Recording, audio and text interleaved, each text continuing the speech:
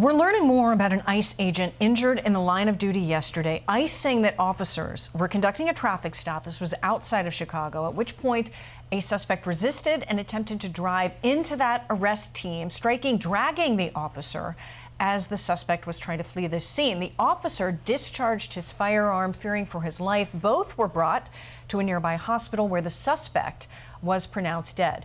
With me now, Customs and Border Protection Senior Advisor Ron Vitiello. Thank you, sir, very much for being with us.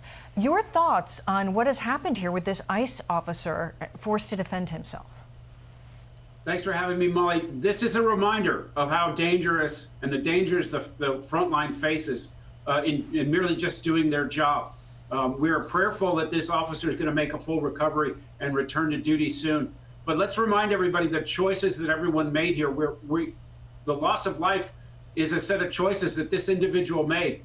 Instead of submitting to a lawful arrest, he decided to try to harm people by running them over with his car. And so the front line deserves better, but also the politicians and the political leadership in Illinois and Chicago and the surrounding area have made terrible choices as well. They elect to have a system in place in those jurisdictions. When this person was arrested for whatever criminal activity they did previously, when they were released, they could have been easily turned over to ICE to be put on a path for removal. But the low jurisdictions and these politicians make these terrible choices, and they shield these criminals from ICE enforcement. And that's what led to this ultimately.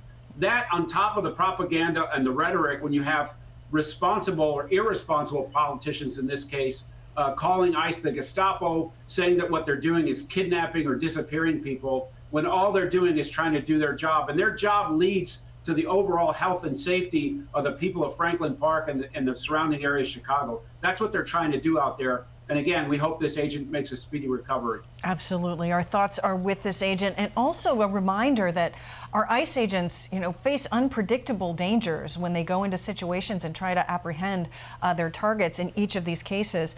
I want to shift gears a little bit to the political situation there in California. There's a bill, state lawmakers in California passing a bill this week that would ban ICE agents from wearing masks, as well as local police. This is part of what they've been trying to do. And we've heard from agents and leaders who say that they're covering their face specifically because of the threats to them and also their families. So what do you make of this bill, especially after this incident that we saw yesterday? And also, he hasn't said yet, but do you think the Governor Newsom will sign this? Your thoughts? I don't believe he will, because it lacks common sense, and we hope that he's learning from the political examples that exist in President Trump, the leadership of Secretary Noem and the department. We need to conduct these operations. These agents need to protect their identity as far as their faces, because they've been doxxed online. Assaults against ICE officers are up over 1,000%. And so they need to do all the things that they can do to tactically protect themselves, and they and their families deserve better than the leadership in California that wants to take their masks off or force them to do their duty with masks off, but do nothing in this law about holding to account the online warriors that dox these agents and threaten their families. That's what they should be working on. They need to bring the propaganda down and put California in a place where they can help ICE accomplish what they need to accomplish, which is to take these criminals off the street and put them on a path for removal. And this has been a very interesting one this week. More than 300 South Korean workers who had been detained after this ICE raid at a Hyundai plant in Georgia have been flown back to South Korea. They arrived there. Many are worried that there's a political fallout here, worried that the U.S., the relations with this very key ally, could be affected.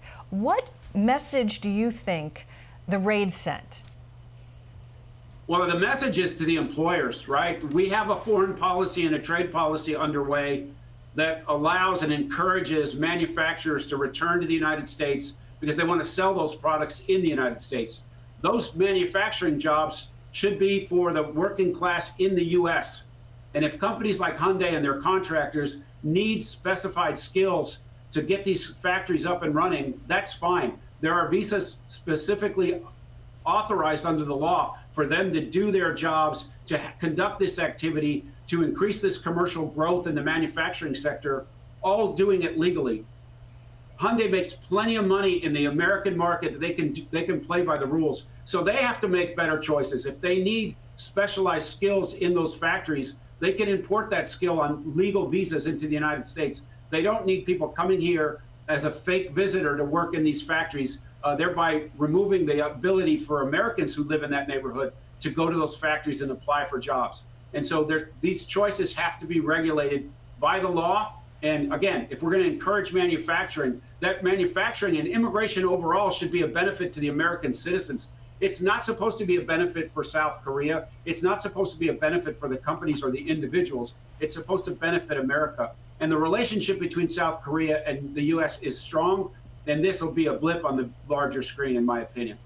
Ron Vitiello, thank you very much. We greatly appreciate it. Thanks for coming on this Saturday. We love your insights. Thank you.